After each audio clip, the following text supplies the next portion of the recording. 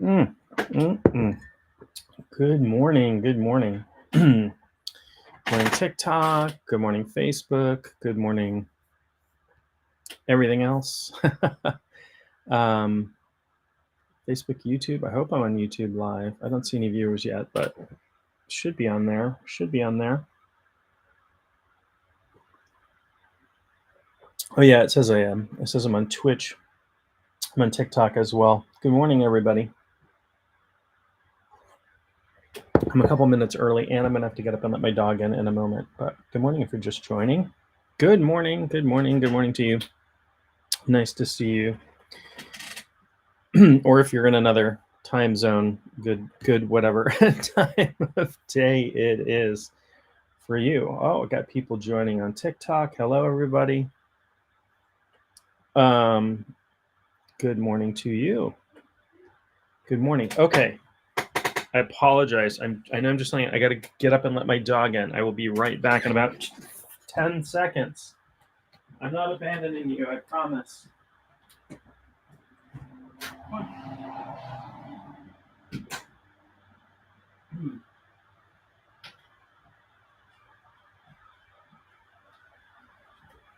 Okay. Sorry about that. How unprofessional. Hey, good morning. Nice to see you. Oh, you're here from Florida. Welcome, welcome. And good morning to you. Nice to see some familiar folks and some new folks. And it's all good. It's all good. I'm talking about, happy to entertain questions and comments, of course. But I'm going to talk about universal consciousness this morning, which, really generic term. But there's lots of different terms for the thing that I'm going to talk about this morning. I'm using the term universal consciousness. Some people might use non-duality. Some people might there's all kinds of different terms, right? There's enlightenment, and I don't necessarily know that enlightenment and universal consciousness are exactly the same thing. We start getting into terminology sometimes. If I use terminology from a particular spiritual system, they might have really technically specific definitions of these terms. And so I don't want to misuse them. So I'm picking something really generic like universal consciousness. In the system, in one of the systems that I have studied, it would be called the God mind within, that sort of thing. And I've been playing with something, and by playing I mean I'm writing a book. So playing with, but I'm writing a book about universal consciousness, about spiritual awakening, and it is both didactic, meaning there's like technical learning, a little bit, hopefully not too boring or anything like that. There's learning, and then there's experiencing. So there's stuff to read, there's stuff to do, which in my opinion, the best spiritual books are both, a little bit of both, right? You have to work with the mind. We'll just bypass the mind. We'll just give you some straight up meditation instructions. Well, that's okay, except for your mind is going to like act up and go, what are you talking about? What do you mean you are one with the universe? That doesn't make sense at all. I'm an individual and this and that. And so you have to kind of explain things so that the mind can step aside and relax a little bit. But if you go too far, then the mind is just occupied with stuff, right? The mind just gets occupied with stuff, and you don't get to have the beautiful, wonderful experiences that occur when the mind drops away a little bit, when the mind relaxes and allows you to just have pure experience. So I'm going to talk a little bit about universal consciousness, and this idea that I've been playing around with that's going to be a major part of this book is going to be approaching it from, it'll be a balanced perspective, but from a divine masculine and a divine feminine perspective, and balancing those things out to get into what we call non-duality. So non-duality is a state of oneness, non-dual meaning not two, right? A state of oneness, a state where we feel like we are in flow with the universe. And there are degrees to which we can have non-dual experience. There's complete absorption where there is no difference between you and the universe. And there is sort of like this little experience where like, okay, I'm starting to feel in flow. I'm a little less identified with this body, with this ego. I'm a little less wrapped up with my ego, and I'm feeling the flow of the universe. In sort of, I don't want to say higher, lower, like I have to find a different way to talk about this. Like humans get really caught up in hierarchy. Oh, I'm at level 3 now, but I really want to get to level 7, right? And that technical stuff, I think, like really takes us away from, I'm just having an experience. I'm having good morning to you. I'm really just, I'm having an experience, and this experience feels more profound than the experience I had yesterday, right? So, is it really important to weigh those things out? I don't think so. I don't think so. Maybe in your, if it's important to you, that's fine. But I want to break that stuff down. Here's Phoebe. Per usual, good morning. Phoebe's going to say good morning. Hello. Prefer not to get your tail hair in my coffee this morning. That would be cool. So there are different experiences of non-duality that we can have. We can have sort of a lighter experience of it. We're just sort of like, oh, okay, I'm feeling like in flow with the universe. My ego's starting to drop away a little bit. And then there's just complete absorption. And, if you look at some of the spiritual texts from different traditions, there are people who are described in many different spiritual systems as like physically their body goes away, the body disappears. I've never witnessed, I have witnessed a body disappearing and reappearing. It was a weird thing, and I promise I was not on drugs. It was definitely a strange experience. Meditating in the desert and watching somebody disappear and then reappear is pretty crazy. But that's not the typical. That's not what we typically experience.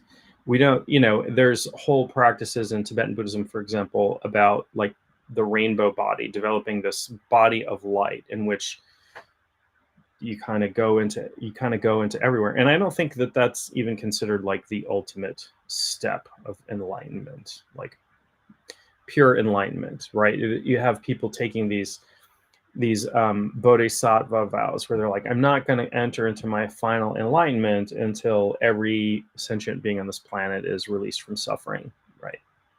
It's part of what they do.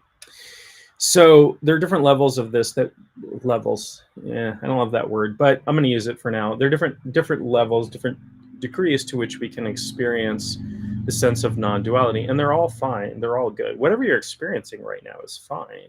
Whatever you're experiencing in this moment is fine, right? It's when we fight against it that it becomes problematic. It holds it in place. And I think it's healthy to explore different experiences of consciousness. Happy Friday to you, my dear friend. I hope you are excellently divine this morning. Phoebe says hello to everyone.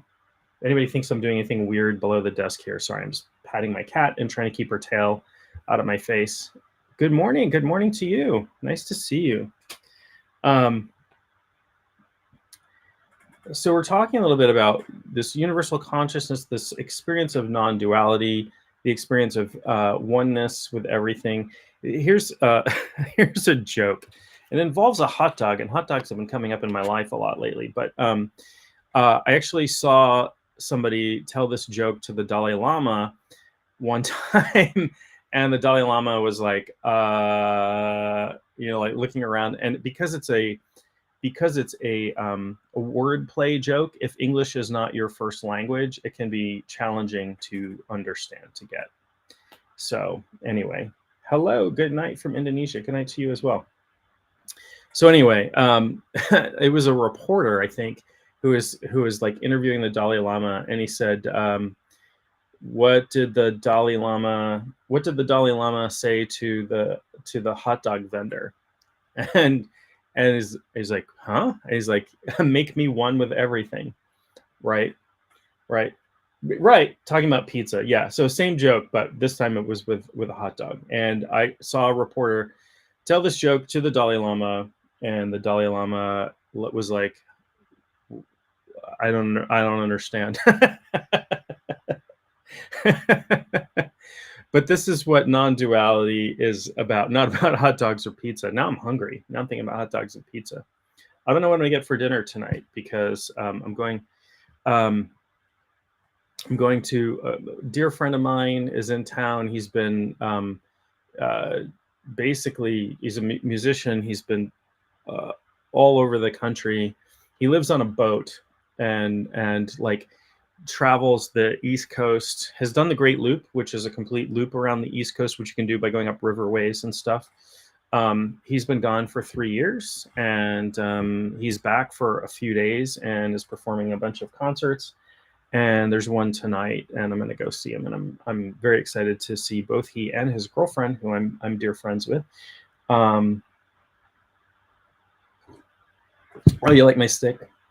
It's big. It's pretty tall. It's about 6 feet tall. It's oak. It's a branch that got knocked down in the wind behind my house. I have a bunch of oak trees behind my house. So anyway, going to a concert tonight. Don't know what I'm gonna do for dinner beforehand, but it'll probably be in the town where the concert is, which is in Freeport, Maine, home of LL Bean. If anybody knows LL Bean, probably the most famous retailer in Maine, I would guess, and a venue I've never been to before, so that's kind of exciting. But tomorrow I'm going to Costco. There will always be hot dogs when I go to Costco. I love Costco hot dogs. Anyway, off track a little bit, talking about non-duality and universal consciousness of what I mean, and talking about an approach that honors, that utilizes the divine masculine and the divine feminine aspects that we all are. So I'll talk about what those things meant. I've talked a little bit about universal consciousness, which is the merging of our consciousness with the Brahman, the oversoul, the overmind, the grand consciousness. And we can experience that to different degrees. We can have a taste of that. We can be completely absorbed in that. It's all good. It's all good. And we are here, we are incarnated into these individual meat suits of human bodies and having human minds. We are individualized like that to have experiences, but also to work our way back to universal consciousness, which is our primal, it's our true self. It's who we really are underneath all of this. You've never eaten a hot dog? Yeah, hot dogs are really popular here. It's sort of traditional food for lots of like sports games and stuff like that. So yeah, it could be a little bit strange, particularly if you live in a country where they don't eat pork. They do have there are all beef hot dogs. Most hot dogs are pork, but there are kosher hot dogs, so there you can get hot dogs that are all beef. So anyway, I've had hot dogs in the Philippines, though. They're actually kind of close to the ones we have in Maine, strangely enough. So, oh, you did. Welcome. So, so I don't want to bore anybody, but I have to talk a little bit about what I'm talking about, right? So that because different teachers might use the same terms in different ways, or you might not have heard of these terms before. So just sort of describing universal consciousness as living from, experiencing the consciousness that is not the individualized consciousness, experiencing the greater consciousness. Yeah, when I was in Asia, I still eat a lot of rice. But when I was in Asia, rice 3 meals a day. I love rice. I keep a lot of rice around the house. I make rice pretty frequently. My kids are half Asian, so traditional in the family to eat quite a lot of rice. So, but good morning to everyone. Nice to see you all. And glad, I'm grateful for you all being here.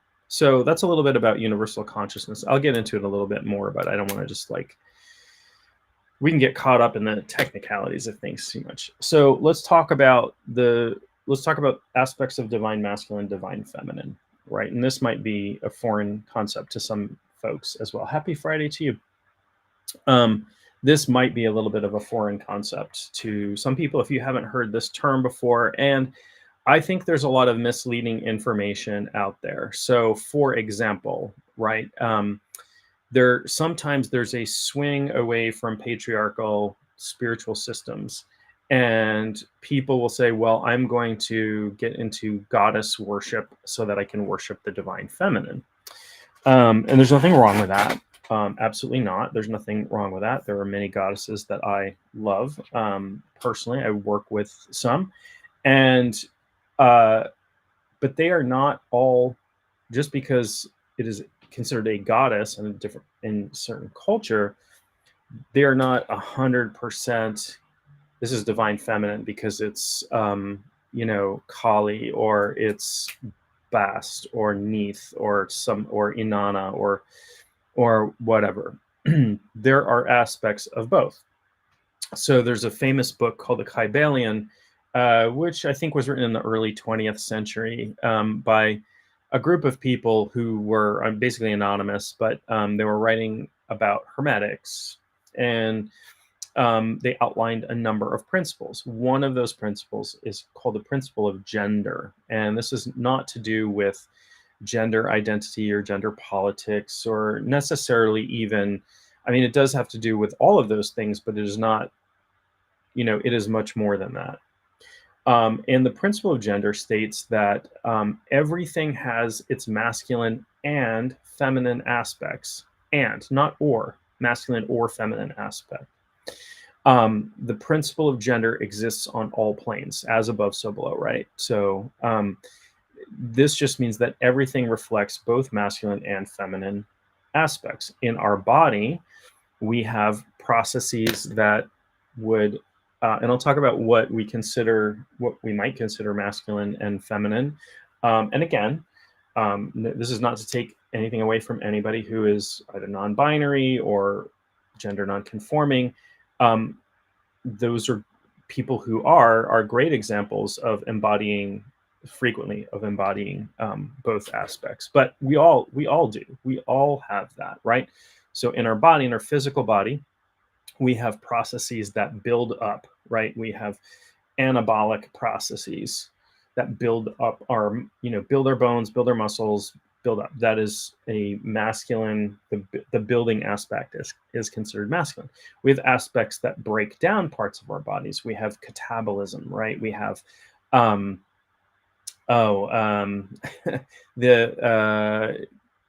I'm forgetting the name of it, but there's autophagy, where we break down and basically dissolve our own cells and recycle, and those are equally important processes. If you don't have one or the other, you don't live. And one would be considered, from the Hermetic perspective, masculine, one would be considered feminine, right? So the masculine principle is expansive, initiatory, all these things. And the feminine principle is, breaks things down. You have the aspect of Kali, destroyer of worlds, but she's also Kali, the mother, right? So she's also nurturing. And we see this very often in polytheistic systems, It's not a really, really simple division. So people who are like, well, I'm into goddess worships because I'm 100% about the divine feminine. Nothing wrong with goddess worship, but you're not, because there is no goddess that is 100% the divine feminine. They all that in any system that I know of.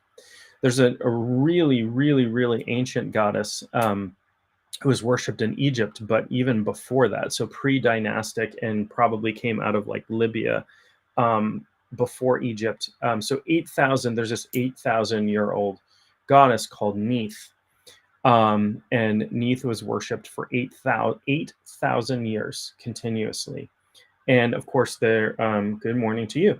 And of course, with all things in ancient Egypt and other civilizations, the worship, rose and fell and rose and fell and rose and fell. But Neith was considered the creator of the universe, and so a goddess, a feminine goddess, but gave birth to Ra, and gave birth to Ra, the god Ra, the sun god, through parthenogenesis, which is asexual reproduction. Right, so also considered a little bit androgynous. In Norse mythology, we have the giant Ymir, out of whose body the world was created, and Ymir gave birth to the giants and Odin, Vili and Ve, who created the first man and woman, and but Ymir was hermaphroditic as well. And it's interesting because there's also a cow involved in the Norse story, a Dumbla. And in Egyptian mythology, their Neith takes the form of a cow and gives birth to the sun every morning. Right, so the sun is reborn every morning, and that is Ra, like the god Ra, giver of life. So she's considered the creator, and she's associated with creation, but she's also associated with warfare. Her warfare and hunting. Her one of her symbols are two crossed arrows, so archery, but also weaving. So you could say, well, I worship this goddess because I'm worshiping the divine feminine. Okay, well, how does warfare work into that? Right, and this is very common in Norse mythology. You have Freya, and everybody thinks of like Odin and Thor as these warlike gods, and everybody knows that Odin gets his choice of warriors who fall on the battlefield to go to Valhalla with him. However, what most people don't know is that Freya gets to pick first. She gets to go and pick half of the fallen warriors from the battlefield for her own, to bring back home with her, before Odin's Valkyries go in and choose the rest for him. Right? She is both a goddess of she's a love goddess, but erotic love. So she's associated with sexuality, fertility, that sort of thing, and beauty. But she's also associated with warfare, right? So there is both. And in most polytheistic systems that I'm aware of, that's the case. That's the case. So when we're talking about divine masculine, divine feminine, we're not just talking about I worship a god, I worship a goddess, right? We need to like separate that out and understand that a little. When we're talking about the divine masculine, divine feminine, we're talking about impulses. The impulse. So Ken Wilber writes about this a lot, and I think his description of this is great. I love everything he's ever written. I haven't read. I could not in this lifetime read everything he's ever written. He is prolific, to say the least. But he describes the divine masculine impulse as eros, and the divine feminine impulse as agape. And the divine masculine is to initiate, to expand, to evolve as an individual, right? So the individual impulse to evolve, that is divine masculine. And we all have that, right? We all want to learn things. We all want to get better. We all want to, to some extent, we all have that. That is the divine masculine impulse. The divine feminine impulse is to gather, to connect, to nurture, right? Both are equally important. One is not better than the other. One is not more important. There is no hierarchy.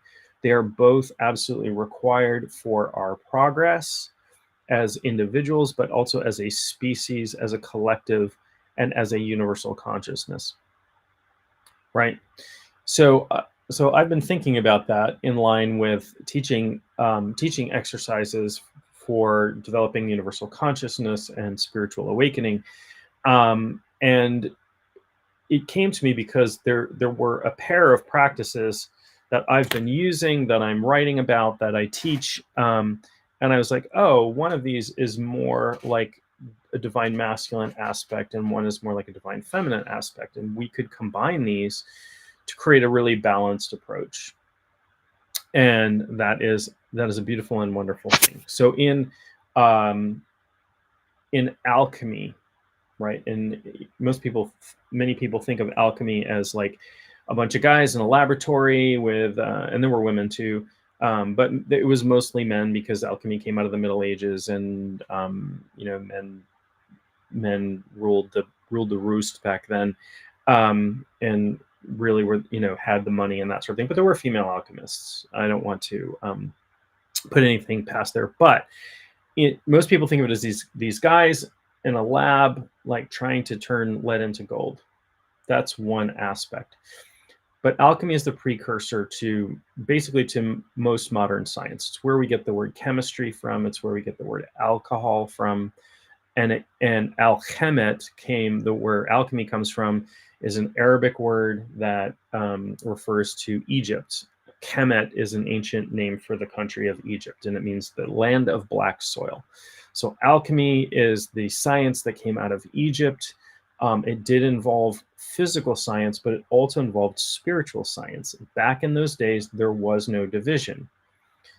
Sir Isaac Newton, who discovered the law of gravity and invented calculus and the three main laws of physics, all of those things, was an alchemist. He had an alchemical lab in his house, okay? And he had spiritual texts, and he thought that the universe worked like clockwork, and that was evidence of divinity. It was evidence of a divine plan, the fact that the universe worked so perfectly.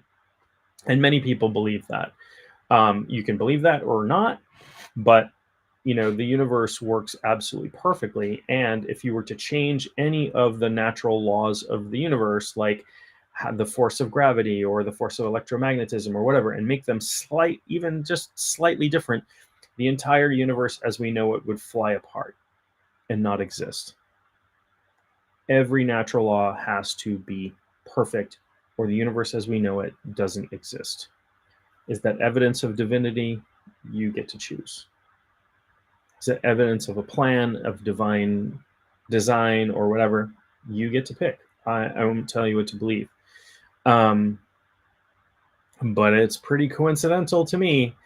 So anyway, so these alchemists were not just trying to turn lead into gold, which physically, but they were trying to develop themselves. They were trying to achieve spiritual gold, and they did that through processes that And if you look at there's a great like print of a wood carving or something of an ancient alchemical lab from Germany. In the middle of that lab, there's a tent, and inside the tent, you can see there's like the Bible is open and some other spiritual books and stuff. Like, what is that doing in the middle of a chemistry lab? And that was called a tabernacle, the same word as the holy, the tent and the Holy of Holies and the Temple of Solomon. And that's where the alchemist would go in and pray, because they considered if they didn't get their mind and their spirit right before they did their experiments, their physical experiments would fail, because they knew that mind and matter were interchangeable, that consciousness and matter interact, that ultimately they were trying to get to. There were the people who were making gold, and this happened, they were basically counterfeiting back in the day, gave alchemy a really bad name. Right, there were people who discovered how to smelt certain metals together to make them, at the time, indistinguishable from real gold. Right, so cheaper metals, and they almost bankrupted I think it was Alexandria. I think the economy of Alexandria almost got bankrupted at one point. I could be wrong about the actual city, but the story is correct. Because there was so much fake gold pouring out of these things. So there were a lot of regulations in Europe, particularly. So I'm going to refresh my coffee because this is, I love that sound when I push on the airlock and it opens up. This is seriously one of the best investments I've ever made. Just keep warming up my coffee as I talk to you folks. So in alchemy, the final goal was called the chemical wedding. There's a hermetic text that is written very coded and very challenging to understand, but it's called the Chemical Wedding of Christian Rosenkreutz. So you can find copies of it online. Hard to parse because it is full of metaphor and symbolism, right? It talks about the story. I'm going to the wedding and I hear a trumpet in the sky and I see a lion and this, all of these things. Where they're talking about this alchemical process, this sacred marriage of combining.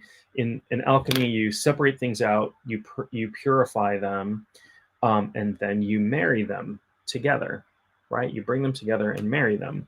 And then you get the philosopher's stone, or you get gold, or you get whatever it is that you're trying to produce at the end, right? And I know I think in the US, it's Harry Potter and the Sorcerer's Stone, but in other places, it's Harry Potter and the Philosopher's Stone. But they're specifically talking about this alchemical process. And there was, I think he shows up in Harry Potter. I'm not sure. There was a real life alchemist, I believe in France, called Nicolas Flamel. And he supposedly was successful in creating the Philosopher's Stone. Stories abound about him like faking his own death, and he's actually immortal. He found the secret to immortality, and he found the secret. He did like all of a sudden become amazingly rich, right? And so the thought was that he had figured out a way to convert base metals into gold. I don't know the truth of it. I should probably read a biography or something, but like many things, it's wrapped up in legend, so it's tough to parse out what actually happened from the stories that arose, particularly after his death. And there were some famous folks that were, like murdered and things. Like Paracelsus was one. He was an alchemist, but a physician, and he was effective at what he was doing, and so he was murdered. He was poisoned, and the story is that he was poisoned by rivals who didn't like the fact that he was talking crap about them, saying, "Yeah, these guys are quacks," whatever. And so they had him murdered. But way off topic. But in alchemy, again, the goal is to combine to purify and then to combine, to break apart, purify, combine. Or break apart, separate, purify, elevate, and then combine, right? And so there is spiritual alchemy, in which we do that with consciousness. We do that with our soul, essentially, right? We do that with our consciousness. We break it apart. We do our shadow work, right? We break things down so that we can wash them and purify them. And then we elevate our consciousness. We lift it up through certain practices. And then we combine it. What do we combine it with? We combine it with the universe. We combine it with the universal mind. We go into states of non-duality. I've taught a couple courses on spiritual alchemy. I'm actually working, I don't know when it will be done. I'm working on a master's thesis on spiritual alchemy at the moment. I'm doing a lot. I've got 1, 2, 3, 4, 5, 6, 7, 8. I've got 18 books over here that I need to read at the moment, so it's going to be a while. Maybe I should do one of those things where I read one book a week or something like that. But I've got my research cut out anyway.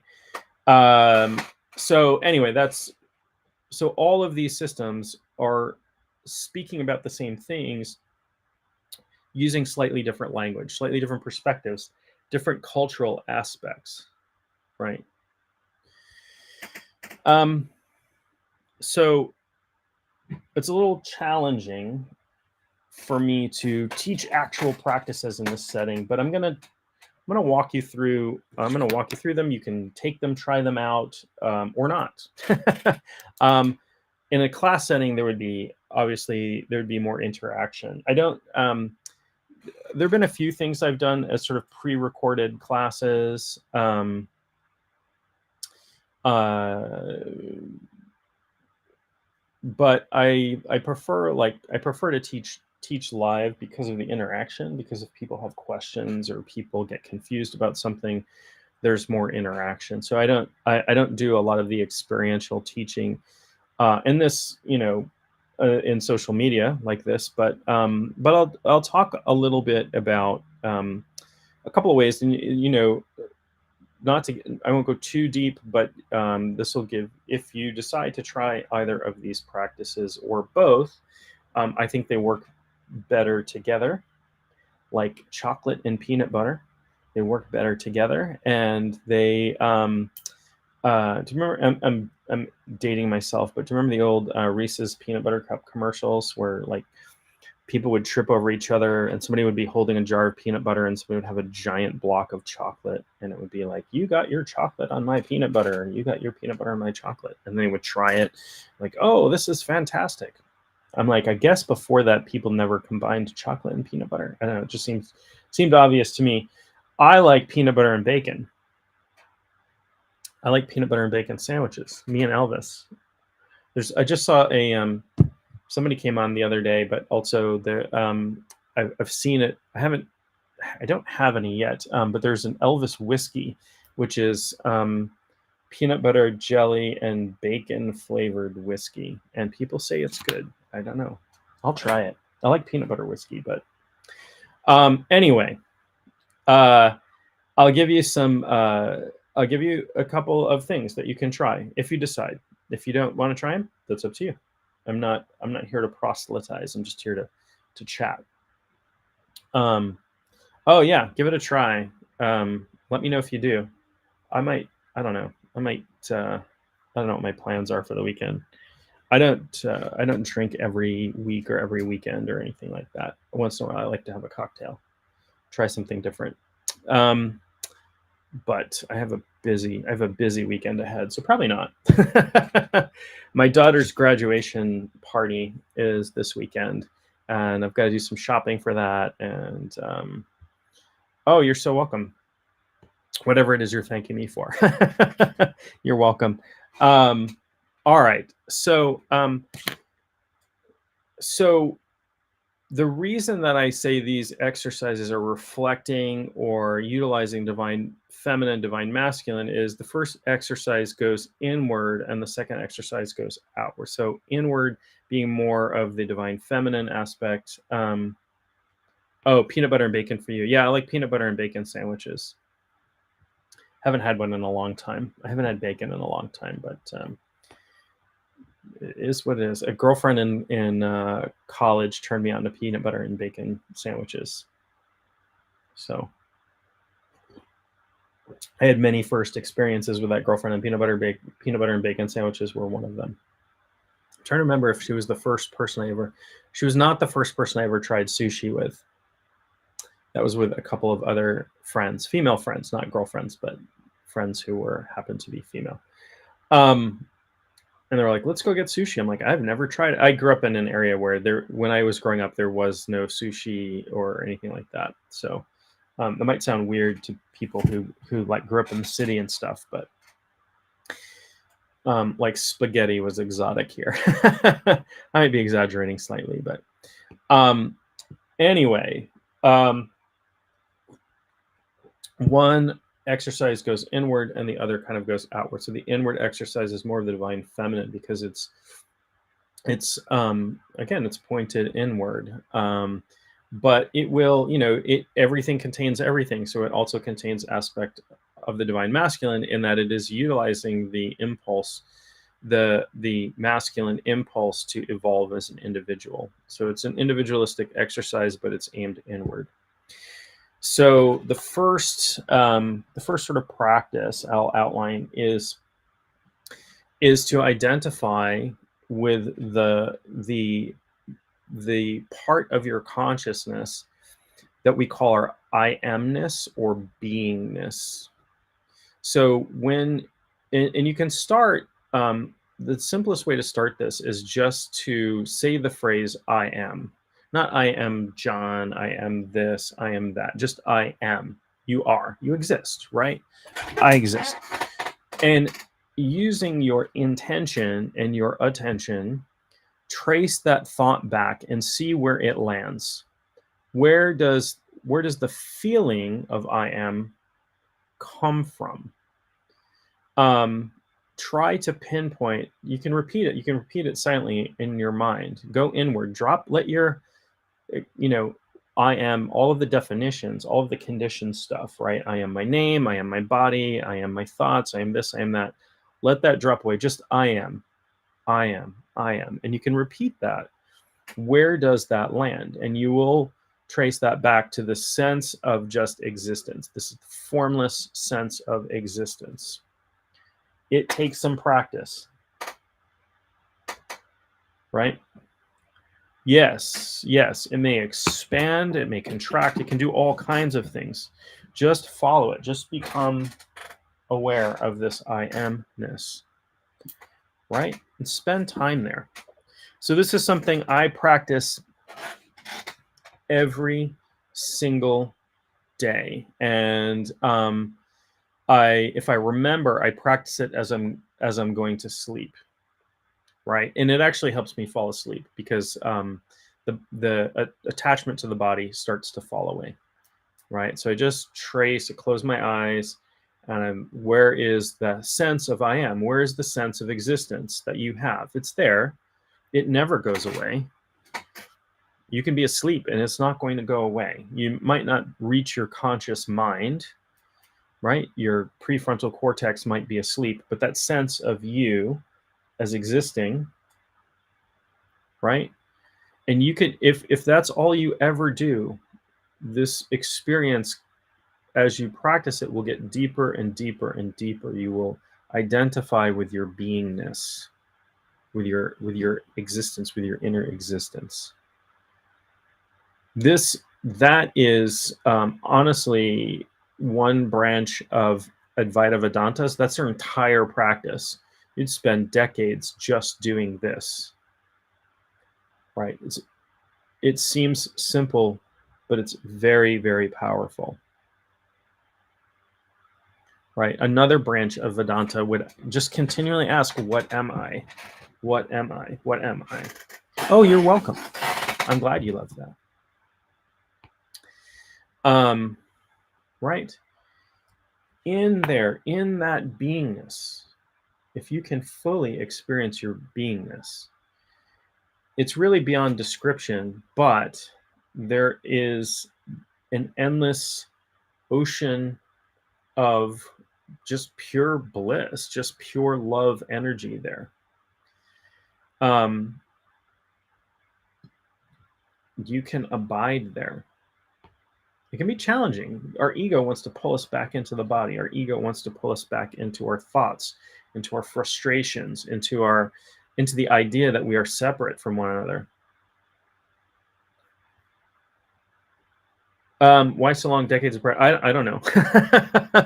I honestly don't know. And I think if I had to guess why people spend so long in practice before, is that the experience gets deeper and deeper. Like there seems to be no end to the depth of experience. However, the other aspect is many of us, myself included, I've spent 52 years on this planet conditioning myself to believe this is who I am, and being conditioned by others to believe this is who I am. So undoing that isn't necessarily an instantaneous thing. That's not to say there aren't people who don't. There are people who naturally experience enlightenment with no practice.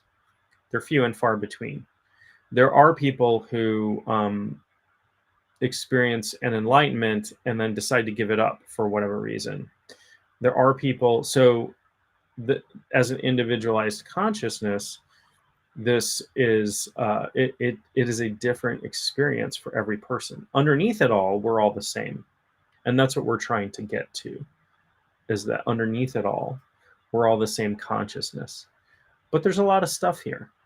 There's a, and this individual ego is here to have experiences, and so I don't talk about ego death. It's not something I teach, because I think the ego is valuable. I just think it needs to be put in its place. So I don't think it's difficult at all. I think we make it more difficult than it is. I think in my experience, the experience gets deeper and deeper and more expansive and more blissful and more divine. To the point, one of the reasons people sometimes back away, and I have backed away from like really completely just diving into an enlightenment experience, is that it can feel overwhelming.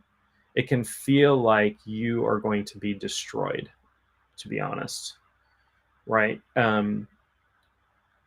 Having profound non-dual experiences is one thing, but going into like a bliss so powerful that it feels like it's going to rip you apart by atom by atom. I'm not saying that's going to happen, but that's what it feels like. And so people, you seem to be disconnected from yourself. Yeah.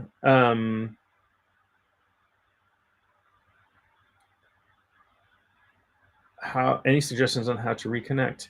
Yeah, I mean, there's a couple things. One thing is that when people come to me as clients and they talk about feeling disconnected from themselves, there's something called soul loss.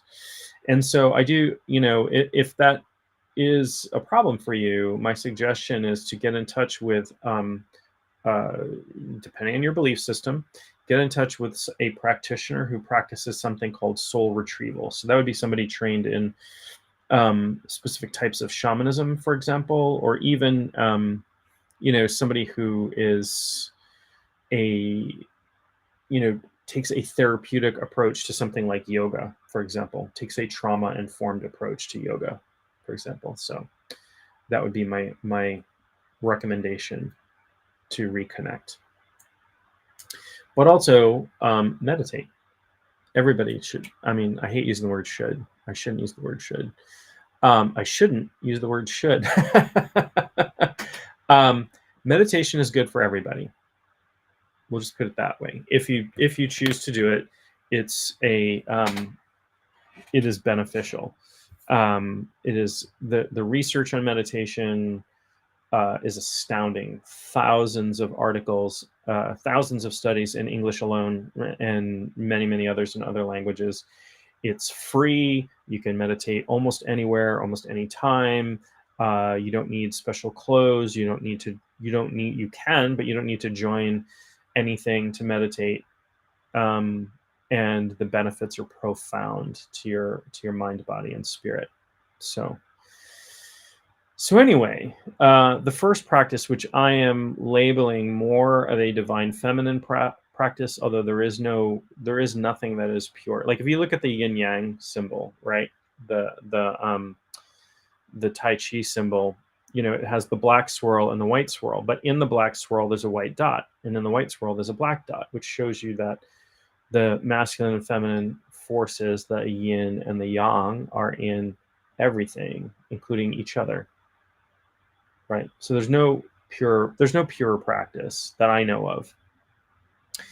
But this is one more than the other. So the first one is the I am practice, is going into your I amness, into your beingness.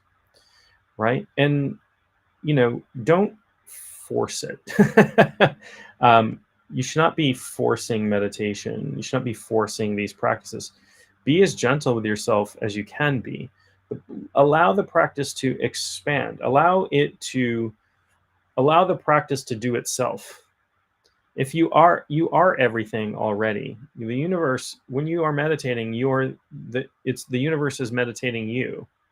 So allow that. Allowing is a very feminine concept, right? Allowing as opposed to forcing, pushing. So don't do that. Don't force, don't push. It's counterproductive, right? Counterproductive. We can repeat. We can ask, what am I, over and over again. We can identify with the I amness that we are. We can practice again and again. Phoebe's meowing at me. And I do, this is something I practice every single night as I'm on my way to sleep. And it helps me, it does actually help me fall asleep as well. Sleep is one of the four states of traditional states of consciousness, right? So there's wakeful consciousness. There are many, many states of consciousness, but the four basic ones. There's this waking state. There's sleep in which you're dreaming, dreamless sleep, which some people might call unconsciousness, but it's not really. And then there's a fourth state, which is called turiya, which is, again, this is what we're going for.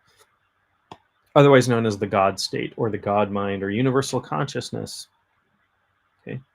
So that's the first practice, and that is what I'm calling the divine feminine practice. The next practice switches things up a little bit and goes external, and is using our experience of the external world, right? We might as well. We're having experiences of the external world, of what seems like the external world. We're going to flip that script on its head. We're going to flip that, and we're going to experience the external world as happening inside of us. So using your attention, intention, and imagination, imagine that everything you experience, everything you see, feel, hear, taste, is happening inside a giant bubble that is your consciousness. Imagine that this is a big three-dimensional movie that you're inside, and everything is arising inside of you. You are the universe. You are the whole universe. You are everything that you experience, right? And so I might have the experience of, I'm looking at my coffee mug here, that light is bouncing off, and perception is happening in here, in my mind. And that's one way to look at it. But I'm going to shift my perspective and say that the experience of seeing this consciousness is happening out here, but my consciousness is also out here. My consciousness engulfs everything that I experience, and everything is just arising in this field, right? My consciousness is this giant field in which all experiences arise. It's just a shift in perspective. And this is the more masculine practice because it's external and it's a little bit projecting kind of thing. But again, because I'm allowing the experience to arise, and I'll give you some pointers here.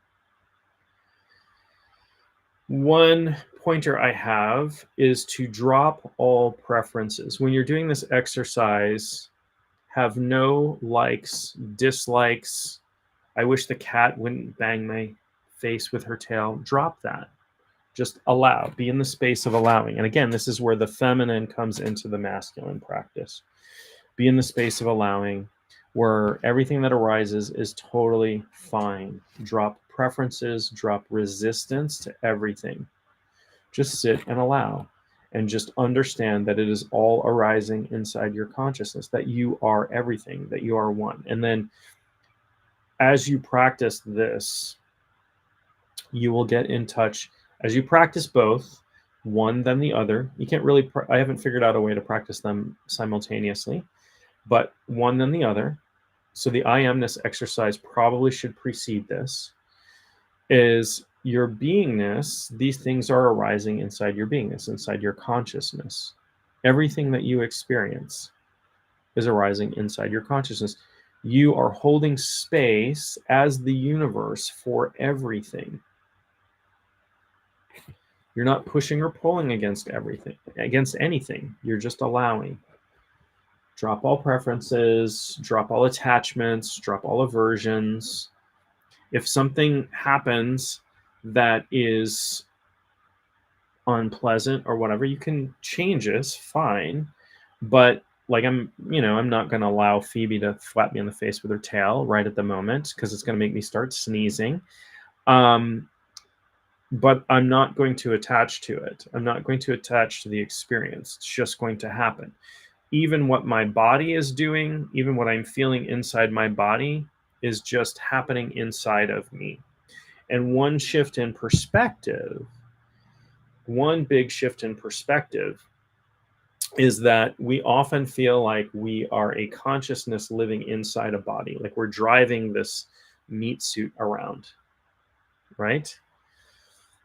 Shift your perspective in that this body is existing inside your consciousness. It's the other way around. Your consciousness is non-local. Your consciousness isn't in here. It feels like that, right?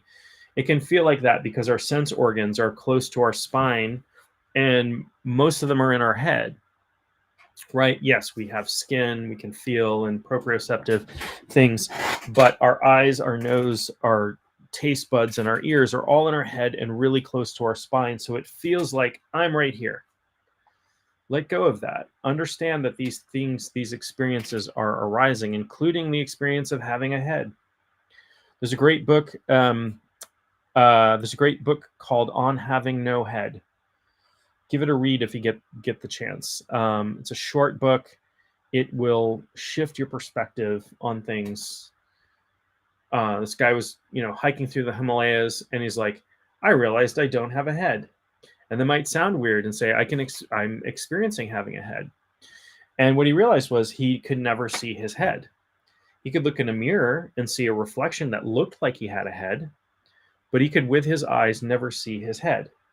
What he saw was out here and a little like circle right here.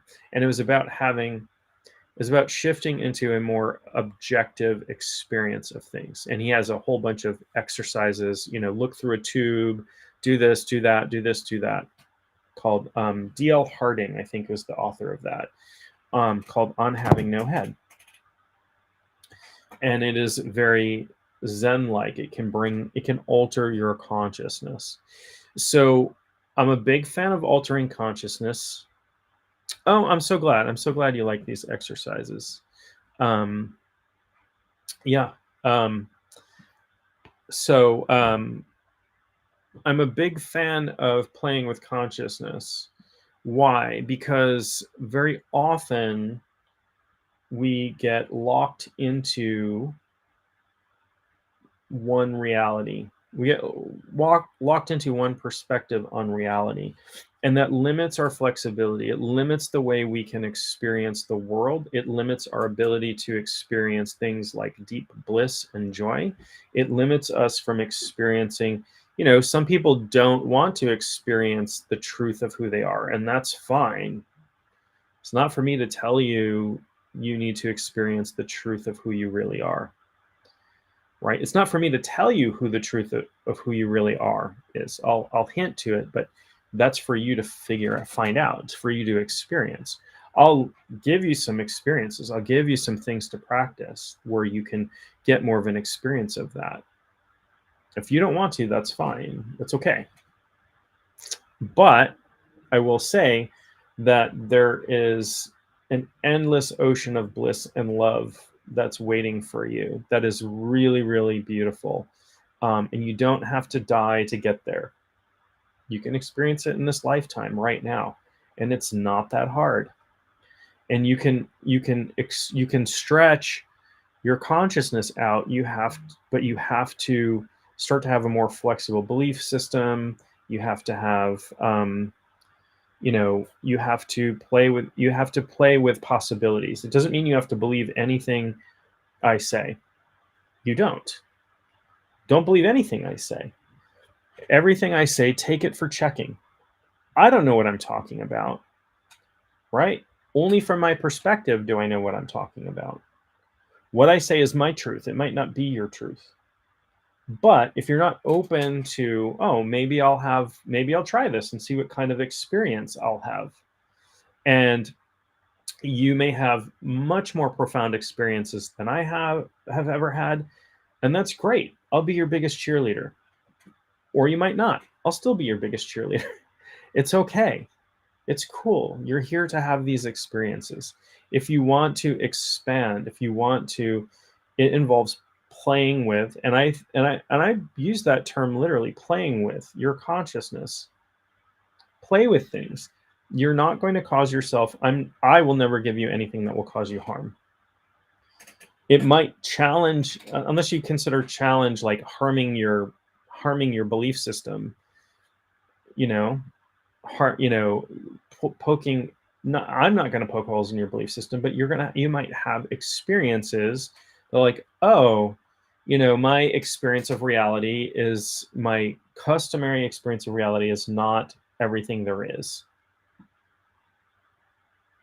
If that's challenging to you, and that's challenging to many people, right? Many people will not question anything that they believe in about reality. They won't have experiences. Somebody came on the other day and was telling me that I'm teaching witchcraft and the Bible says I'm going to hell. Okay, cool. I'm like, did you like, and I suggested to him, I'm like, hey, that's one perspective, and go back and look up the chapter and verse that talks about that, but read it in the original Greek and Hebrew versions of the Bible and get a good translation of that and see what that actually says, if that's what you believe. He's like, no thanks, I'm good. No thanks, I'm good. Right? Don't challenge what I believe in. And I wasn't challenging. I challenged him to verify what he believed. So some people cannot, right? And I understand that.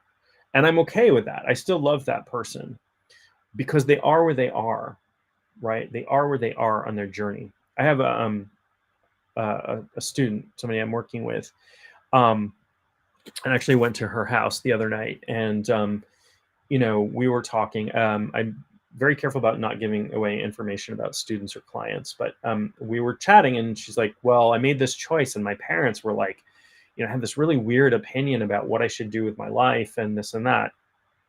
And I'm like, yeah, that's parents.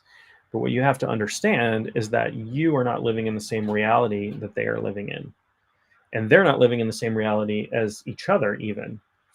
They're living in a reality that was shaped by their upbringing, which was in a completely different, like 2 decades earlier than you grew up, right? With different parents and different education and different experiences and different culture and different media.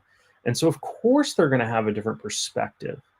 It doesn't mean you can listen to them and hear their opinion, but that might not be right for you. And it might not reflect your reality at all. And that doesn't mean you don't love them. It just means you have a different reality. That's just how it is. You and I don't have, as an individualized consciousness, we don't have the same reality. We do not live in the same reality. I think that's cool. I think it's amazing. We're so often trying to convince each other to view things the same way. How boring would that be? How little exploration would there be? How little art and music and the greatest art out there, the greatest music, the greatest pushes boundaries, shows things from new perspectives. If we all lived in the same little reality tunnel, none of that would be there. And yet we insist that people take on our reality very often. I'm like, I don't want to live. I'll try your reality on for a while, but I'll like mine. and I respect yours. I respect your reality where you're coming from. Even people, it's hard because there are a lot of people out there who are what I would consider hateful. This person who came on and told me, what you're doing is you're going to burn in all eternity according to my belief system. And I was like, okay, well, I don't share your belief system.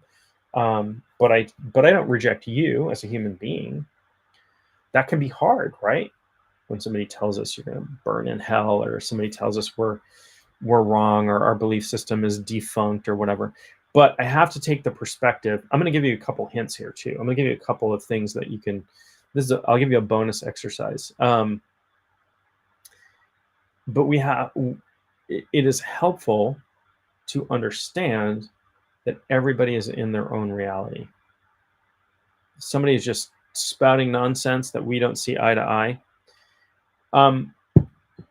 My first instinct is to let them, and even potentially support them in something they don't believe in, right? So I have relatives, for example, that are very religious and belong to a belief system that I don't subscribe to, and express that in ways that I don't subscribe to. But I can still support them in ways where I'm not necessarily supporting the parts that are harmful, or that I deem as harmful, or whatever. I can still say, okay, they have a community, they think what they're doing is right, they've been convinced that what they're doing is, the right way, and this and that, and it's okay. I still need to love and accept them as human beings. We need to get there. There's so much divisiveness in the world right now. There's warfare, there's genocide, right? There's religious-based genocide going on in the world right now. We as a species aren't doing very well as a whole. To say the least, we're not doing very well. So we got to get away from that. So here, bonus exercise. Right, I give it out before I've got to wrap up shortly, and go pay the bills. I'm getting like texts from clients already this morning, so I've got to see what's going on there. Got to let the dog out again, and probably not make another pot of coffee. I think I've had enough. But oh, that's delicious. But here's a bonus exercise, right? So from the understanding, from the perspective that we are all one, that we are all part of the same universal consciousness, that we're just projections of individualized consciousness, but we're all came from the same source, right? We're all, all of the scriptures, all of the doctrine says we come from the same, yeah, bonus, say we came from the same source. We're all, whatever you believe in, even if you believe in nothing spiritual, we all, all of the atoms in our body are billions of years old. We're all a part of the same universe. There was an interesting thing with Neil deGrasse Tyson that I saw the other day that's mind-boggling. And there's a theory, he was interviewing another physicist, and there's a theory that there is only one electron in the entire universe. And as we're seeing individual electrons, we're actually seeing the same electron moving backwards and forwards through time. That's mind-bending to me. So here's the bonus. So we take the perspective that we are all individualized parts of the same consciousness. We're projecting out of the same consciousness. When we encounter other people, I would say this in your head because the other people are going to look at you funny if you say this out loud to them. Whenever you encounter other people in your life, whether you see them on the screen or you face to face or family members, strangers, whatever, you repeat, I am you. I am you. In your mind, silently in your mind, I am you. That is a reminder that we're all projections of the same consciousness. This, I have given this exercise to other people who have had some pretty profound experiences with this. People who work with the public, for one, but just we encounter other people and experiencing that they are a different perspective of the same consciousness. They're a different reality projection of the same consciousness is pretty profound. We can really connect to people that way. That doesn't mean you have to make everybody your best friend or exactly. And I am you. We are all one underneath all of this. I'll never forget. I hadn't seen my teacher, my shamanic teacher. It had been like a year or more since I'd seen her, and I was taking a class with her at Kripalu out in Western Massachusetts, and I ran into her in the lobby at Kripalu, and I ran up to give her a hug, and I'm like, Dory, I haven't seen. It's been so long. How long? It's been like a year and a half, and she just gave me a big hug, and she looks at me and she goes, time doesn't exist, and then just walked on. And I just, those moments when your brain just goes, oh yeah, and just kind of like melts. And the idea that we're all together outside of time, outside of space, because consciousness is formless. Consciousness doesn't have mass, so there's no time and there's no space. We experience it, right? We experience time and space, but they're kind of illusory and really flexible. Really kind of, you can mess around with them. So anyway, that's some stuff to play with. I hope this has been really informative, and it's been really great to connect with all of you here this morning. I'm going to start my day, but my love to all of you. I hope you have a great weekend. I don't know if I'll be doing any lives over the weekend or not. Maybe I have lots of stuff going on, lots and lots of stuff going on this weekend. We'll see. If not, I will talk to you all next week. Again, love to you all.